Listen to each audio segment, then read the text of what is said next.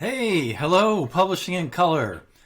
Great to be with you. Thanks for joining my little webinar here. I promise to keep it to 35 minutes or under. That's my plan. I'm David Morris. I'm coming at you from Grand Rapids, Michigan. And I'm just delighted about the work that Brian Elaine does in the Publishing in Color Conference, Writing for Your Life. Just such a service to authors, and I hope you're getting a lot out of this conference. I know it's a lot to soak in, and I'm going to be coming at you with some pretty high-level stuff here today. But just take notes, absorb what you can. I'll try to make it interesting and not too heavy-duty. I really respect and love what you all are doing in terms of trying to get your writing going, equipping yourself, doing a better job, finding out how to get your writing out there. It's tough and it's mysterious, and I get that for sure. In fact, I'm learning everything. I'm learning new things about publishing all the time, and I've been in the business for 25 years. So a little bit more about me. So I started out as I thought I was going to be a psychologist. And then I decided I wanted to be an academic in religious studies, and I got a PhD in religion and psychology, believe it or not, at Drew University in Madison, New Jersey. It gave me a sense of perspective of the world, helped me make sense of even my own Christian background. And this program also had a emphasis on race, class, and gender. So, it gave me a sense of perspective on things that are broader than just theological arguments, for example. And I've carried that with me through all of my publishing career. I never planned on being in publishing. It's kind of the accidental profession, but because of the background I have, it's gave me a chance to sort of see where publishing needs to do better, where we can be more sensitive and more nuanced. And I'm a white guy who's worked in white publishing quite often, and I'm still learning, and I'm still trying to nuance, and I'm still trying to be sensitive. So I hope that I still nevertheless have tons of things to share. Let me just tell you a little bit more about my professional background. My first real job in publishing, big time job, was working for Guidepost Books, which was part of Guidepost magazine. I spent a number of years working in Manhattan and publishing more light inspirational content, including some fiction, for a very broad audience. It was a direct mail, direct marketing kind of publishing program. And then I was asked in 2013 to be the publisher of the nonfiction team at Zondervan Publishers, where I am now here in Grand Rapids. There I managed a team of editors, marketers, support staff, and worked with sales, and worked with the executive team and authors, all kinds of authors, big expectations, big numbers. Taught me a lot, and I spent a lot of time in leadership roles in my positions and on the executive level. So it really afforded me an opportunity to see the bird's eye view of the publishing business. And because I'm an academic too at heart, I've been able to blend that together, and I've always been an observer. I've always been a student of what's going on and how it's all working and who it's helping and what are the movements. I see them pretty quickly. And I'll talk a little bit about that as we go forward into this presentation. So I am currently now I'm devoting my professional career to really working with authors who are on the margins, who are new voices, who are asking the big tough questions for the time that we live in right now. And that's just where my passion is. And it's been a very exciting time, difficult, challenging for me professionally time, but super exciting. And I'm working with projects and authors that I just love. There's so much good happening out there, and it's very exciting. So I do this in a few different ways. So follow along here for just a moment. You can see on this slide some of my brands. I have a imprint called Lake Drive Books. I've got a literary agency over here on the other side called Hyponymous Consulting. And I also have an author site, davidrmorris.me. And let me just show some of those to you if I can figure out how to operate this machine that I have here. that wasn't it. Here we go. Okay, bear with me. I'll get there. All right. This is my book imprint called Lake Drive Books. And, our slogan is it's Pathways to Hope, books that help you heal, grow, and discover. This is a brand new imprint from just the last 6 to 9 months, focusing on topics of religion and spirituality, personal growth, memoir, critical analysis, justice. I also write a blog down here if you're interested in checking that out. And just to give you a quick glimpse of some of the authors that I'm working with. Don't have the book covers to show just yet, but we're getting really close, and some of these books will be out this summer, believe it or not. I encourage you to check out and follow perhaps some of these fabulous authors. They're really working on some amazing projects. This is what I meant when I said I'm just thrilled with who I'm working with right now. So that's the publishing business. And then the literary agenting work that I do is called Hyponymous Author Consulting. I call it consulting because I believe that publishing professionals should be working with authors in a far more partnership manner than they ever have. So that goes for publishers, that goes for agents. That's why I say it's more than a literary agency.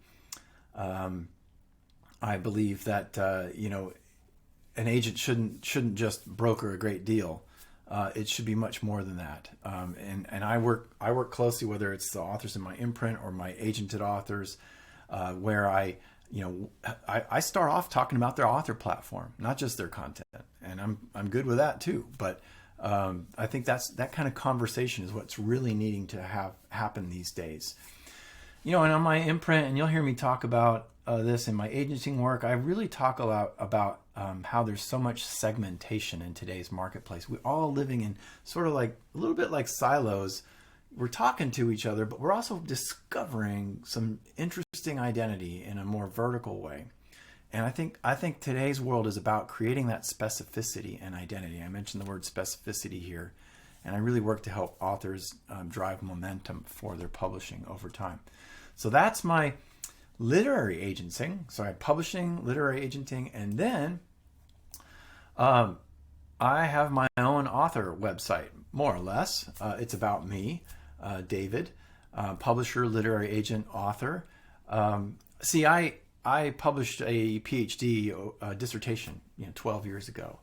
And as I'm starting my new business, I thought, well, what better way to practice my new discipline of book publishing, my new business, than publishing my book as the first, that'll be the guinea pig. So I polished it up and I added a new preface, and it should be out with just in a matter of weeks, maybe even by the time you see this presentation. So here on my website, I have I talk about my publishing, my agenting, and then here's my book, Lost Faith and Wandering Souls, A Psychology of Disillusionment, Mourning, and the Return of Hope. Perhaps you can see just by this title and subtitle that I have a real heart for people who have struggled with their faith, who are not attending church like they maybe did in the past, who are, frustrated too with maybe some of the things that have been going on. And it's a big part of our world right now. People who are saying, enough, I'm not part of that anymore. And they're trying to find their way in new ways. That's who I've been studying probably most of my academic life, as much as I've had one. And I have a book that talks about how people go along that journey from a psychological point of view. It's a little bit academic. It's a little bit challenging in times, but there's a lot of storytelling. I analyze some memoirs, some spiritual memoirs in there that are really good. And I encourage you to check it out if you're interested. You can even download the preface and read intro chapters here. Part of the reason I'm doing this too is to show the authors that I work with that here's what you do. I mean, this is not the best website in the world by any stretch of the imagination, and it's a work in progress. But hey, I've got my book here, and I've got my serious author photo going on here, and I'm linking to the other things that I do down here, and I've got my social media over here. So this is also a way for me to practice what I preach in my publishing. So with that background about me, let me Okay, thanks for bearing with me in my technology stuff here. So what I'm going to be talking about today is how to make the most of today's publishing environment. I'd like to talk about two things: the big changes in the publishing environment that have happened recently, and 3 ways to create opportunity for persons of color. So let's first talk about changes in the publishing environment. And that I break down into 3 things, 3 key things, or four things here. Bookstores are gone, mostly gone. Trade shows are gone, they're really gone. Top-heavy publisher consolidation continues, oh boy, does it ever. And everything is online now. So let's talk about each one of those 4 things. So here's just some articles, that I've seen over the years about the changes in the bookstore market. Here's an article from 2011 on CNN, The Death and Life of the Great American Bookstore. And anybody remember Borders? Does anybody remember that when in the old days, before you had a device, you would a digital screen device, you would go to a bookstore to look for a book, and if they didn't have the book, you had to order it. And then, if they were able to order it and get in for you, you had to make a trip back to the bookstore after they called you on a phone, a landline phone. And it was a much different process than it is today, where you can order a book and have it delivered to your front door within a matter of hours sometimes. But those stores, physical stores, are gone. They're just not where they not in our world like they used to be. And even Barnes and Noble, the great big book superstore that came along in the last 25 years or so, they're struggling at times. They've got great management right now. I think they may be fine, but think about it. Who is even hanging out in shopping malls? And that's where a lot of these stores are. So it's hard for them to create the foot traffic that they need to generate the business and revenue they need to pay for those big stores. So it's a question mark what's going on with Barnes and Noble. In the religious publishing business that I grew up in, huge change. We went from 8,000 Christian bookstores, maybe around the early 2000s, to less than 2,000 today. We had Family Christian close. Lifeway scaled way back. They closed all their physical stores and they're online only now. That was really big news when Family Christian went to bankruptcy. That guy right there does not look very happy. And then on top of that, the book conventions, the book trade shows went away. It was a very long process for the Christian Booksellers Association's convention to close down. It was called CBA, then it was called ICRS. But there was this little article in June of 2019 in Publishers Weekly, the book publishing trade magazine, called CBA. CBA is dead. Hardly anybody noticed it or talked about it because it had been a really long process. This used to be a place where bookstore managers and book buyers would come and learn about the latest books, maybe even place some orders. And it just didn't need to happen anymore because the bookstores weren't there like they used to be, and they weren't driving as many sales as they used to have. And look, that even happened for the larger book publishing industry. Even the big publishers and publishers of all kinds used to every year faithfully gather together at Book Expo and then eventually BookCon for consumers. And in most recent years, it's been in the Jacob Javits Center in Manhattan in New York City. That's even gone. It's really remarkable what's happened in recent years. And then parallel to the changes with the bookstores, and I don't think it's unrelated, is the continued publisher consolidation that's gone on. Just even in the Christian marketplace, most of you probably don't know, some of you may know that Zondervan used to be owned by, it's been owned by HarperCollins since the 1980s. And in around 2011, according to this article, I think it was more like 2012, HarperCollins bought the other really big evangelical Christian publisher, Thomas Nelson, and merged the two companies. And pretty much took control of 50% of the Christian market, like you see this headline saying right here. But in the broad market, that's always been a continuing story. Big publishers buying up smaller publishers. And here's the latest. And this is just in the last year or so that Penguin Random House is looking to buy Simon & Schuster. So it used to be called the Big Five publishers, and Simon & Schuster was one of them. Random House is by far the largest. Harper is second. And Random House is buying Simon & Schuster, which will make them even bigger. It's really, really quite remarkable. It'll be just the Big Four. So I've got more to say about this as we go along. So what's really happened, and you all know this, is that a lot of the book distribution, book business has moved online, chiefly because of Amazon. It got to a point before the pandemic where I was still working for a major publisher and I saw the numbers as the publisher. I had the bird's eye view of what was going on.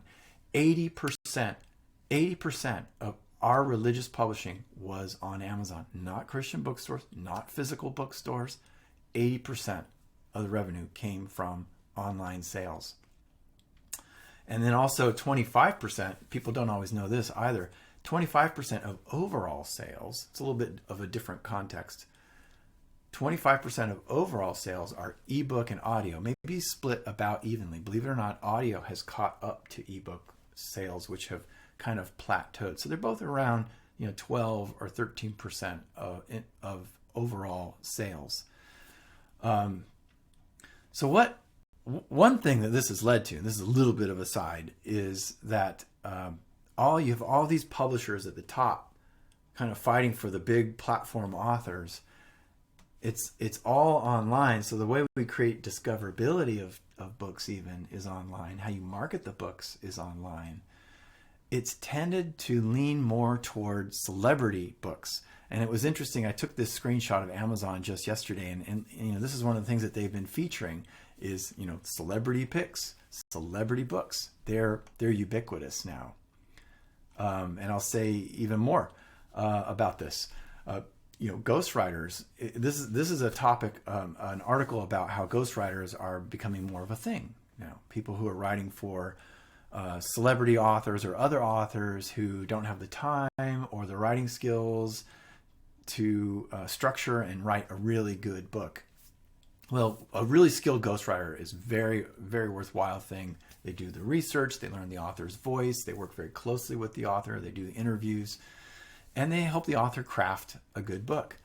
To me, what was significant about this article is how it comes right out and openly acknowledges how there is a growing demand for celebrity books.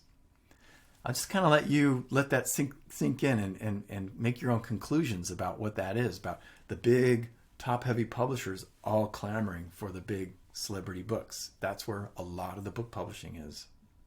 That's where it's evolved to more than ever. Without so many middle publishers, little imprints, all over the place, it's all consolidated more than it's ever been. Okay, so that's what's going on in the marketplace. How do you take advantage of that marketplace? So I'd like to talk about 3 ways to create opportunity for a person of color. This is the good news about what's going on and why I think you should be encouraged in what you're doing. I'd like to talk about helping you understand that you have more power as an author than ever. Secondly, to expect a very interested and engaged audience. And finally, to find that audience, to find your community and build your community. Okay, authors have more power than ever. Well, if the bookstores are gone, there are fewer gatekeepers. Quick story, when I started at Zondervan, pastor books were really popular. There were pastors like Francis Chan, Mark Batterson, Craig Groeschel, Kyle Idleman, Rick Warren. There's a whole host, and their books were selling. They dominated the market, but that changed. It was changing as soon as I got there because the marketplace was shifting. There weren't as many bookstores. They weren't doing as much business, and the digital world was rising up. And what happened when that went on? Women of faith found each other online because they're better at some of this stuff. They're better at connecting. they're realizing they can create community that's not necessarily being thwarted or sanctioned by existing institutional structures. They found each other online, they found their voices, and today in the Christian marketplace, women's books are the ones that are selling the best. It's really interesting if you take a look and study it. So that means there are fewer gatekeepers, like at a bookstore, ordering only pastor books. If it's all online, it's more democratic in a way. The other thing that's important to remember is with all this top-heavy consolidation, it means that publishers, the big publishers, don't see what's happening on the ground. I'm currently representing an author right now named Scott Okamoto. And sorry, as I struggle a little bit with my clicking around here. Scott is Japanese American. He was a professor at Azusa Pacific University, and he has a book that he's working on describing his experiences of working at this evangelical Christian college, which for an Asian American like Scott, and for a lot of the people that he worked with and knew, there's a whole group who feel, left out by the narrative, wronged by the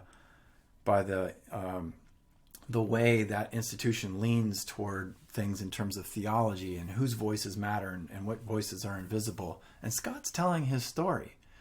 But as we tried to sell his book, a lot of publishers turned him down. Broad market publishers turned him down because of his platform not being very big, and some smaller religious publishers I thought would pick up on his book and his growing platform still said no.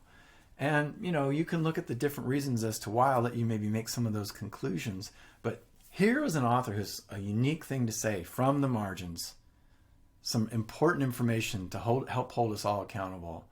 And people don't want to take a chance on it. Well, we are finding a solution, Scott and I, on this, and I'm excited to see what happens in the future. Stay tuned for that one. Okay, back to the presentation.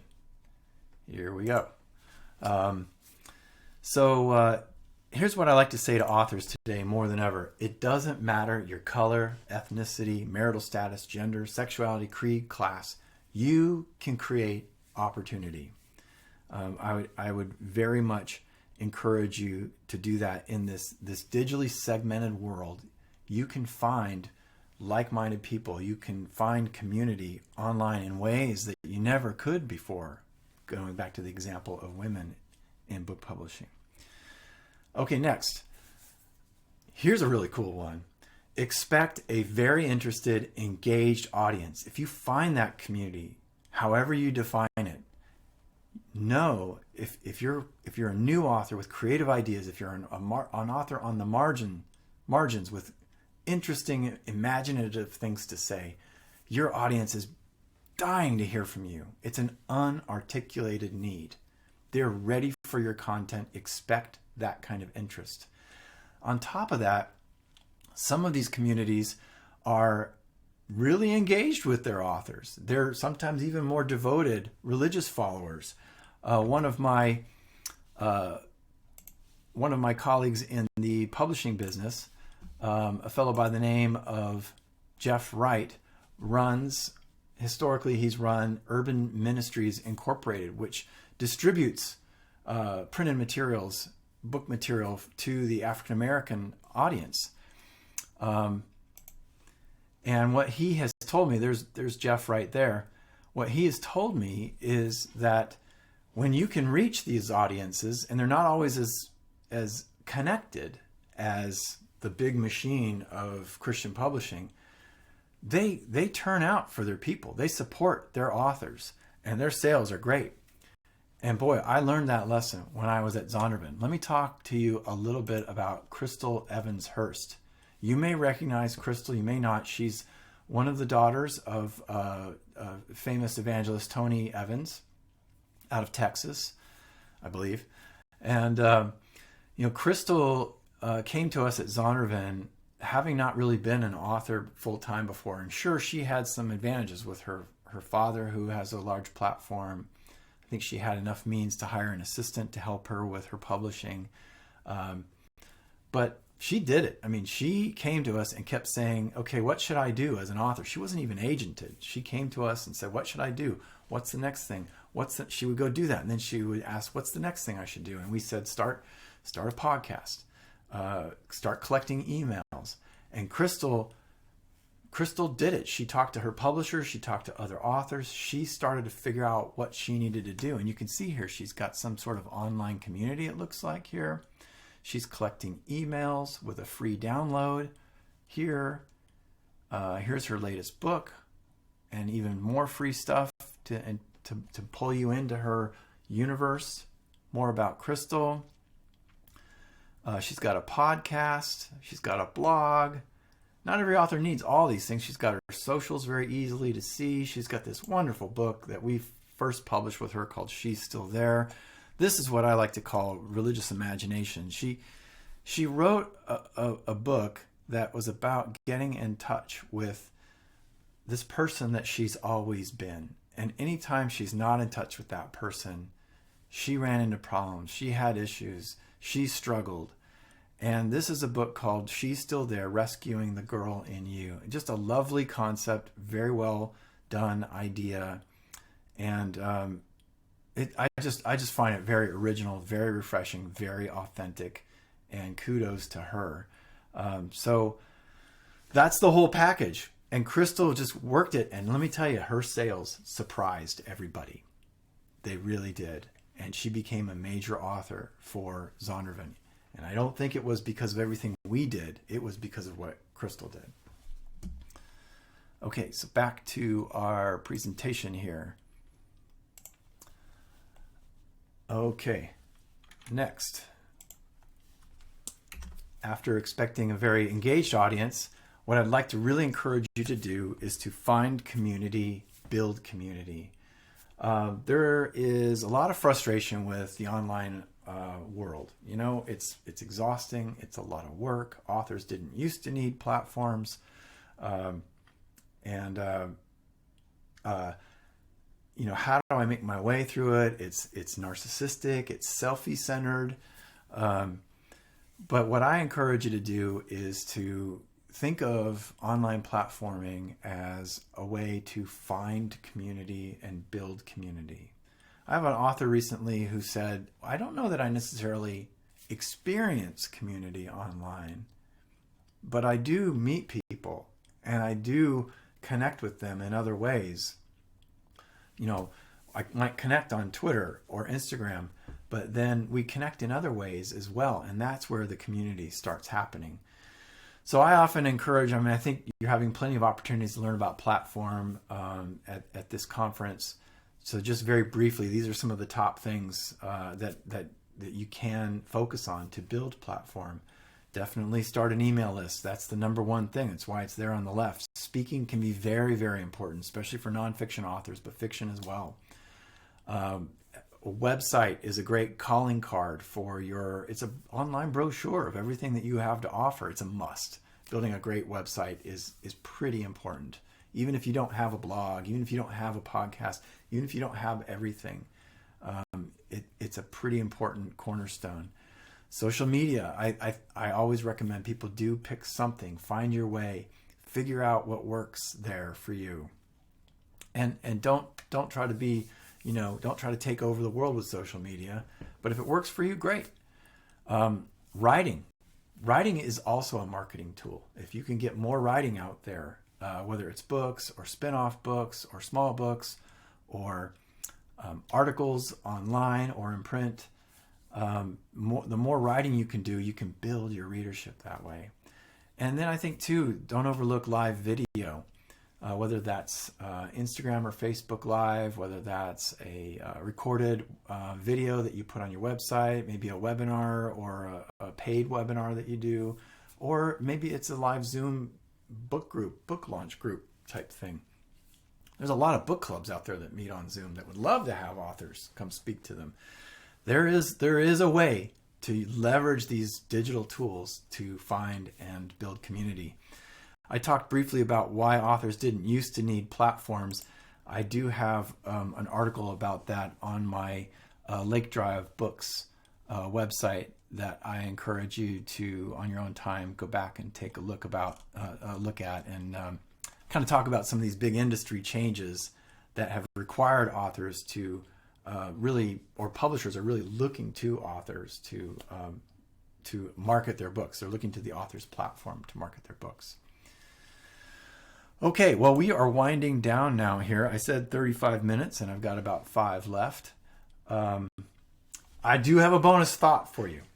As you move out into your writing, your continued writing, and your work as an author and a writer, I will say, we need you. Publishing world needs you. The world needs you. The words that you can bring together. We need you out there creating works of imagination. Creative works of imagination. Works of imagination. I just love that phrase. I had a grad school professor once said that people who are on the margins are epistemologically privileged, meaning epistemologically privileged. I repeat that, meaning that they can see the world, they can understand the world, they have knowledge, epistemology of the world that the people who maybe are in the dominant narrative don't know. They can't see, they can't reflect. There's too much self-interest, perhaps. And so we need voices on the margin to help us see better, to see our world. And we need imagination. So keep thinking about what are the movements and meanings for our world today. Ask the big questions of our time. One of my favorite authors, as an example, that to me shows incredible, is an example of imagination, is Howard Thurman. There he is. His book, Jesus and the Disinherited. Oh my goodness. You know, Howard Thurman, you may know, is he was a dean at Howard University and then also of the theological school at Boston University, where Martin Luther King Jr. earned his PhD. And, you know, just to hear him talk about how the gospel is good news for those who are on the margins is just extraordinary. And his work still holds up today. I still see people pointing to him today. And it's just extraordinary. That's what we need. People to help us imagine the world in a whole new way. So that's it. Thank you very much. I really super appreciate your attention today. And I hope some of this made sense. I hope you're able to soak some of it up. I really do encourage you to keep writing, to keep getting out there. I would love to hear from you. You can reach me at david.morris@lakedrivebooks.com. I'm happy to email you these slides. Follow me on socials. You can see those there. You can pause your video and write some of this down. Check me out at Lake Drive Books or Hyponymous Consulting, or hey, take a look at my book. It'll be out really soon. So again, I wish you well and thank you so much. Take care for now.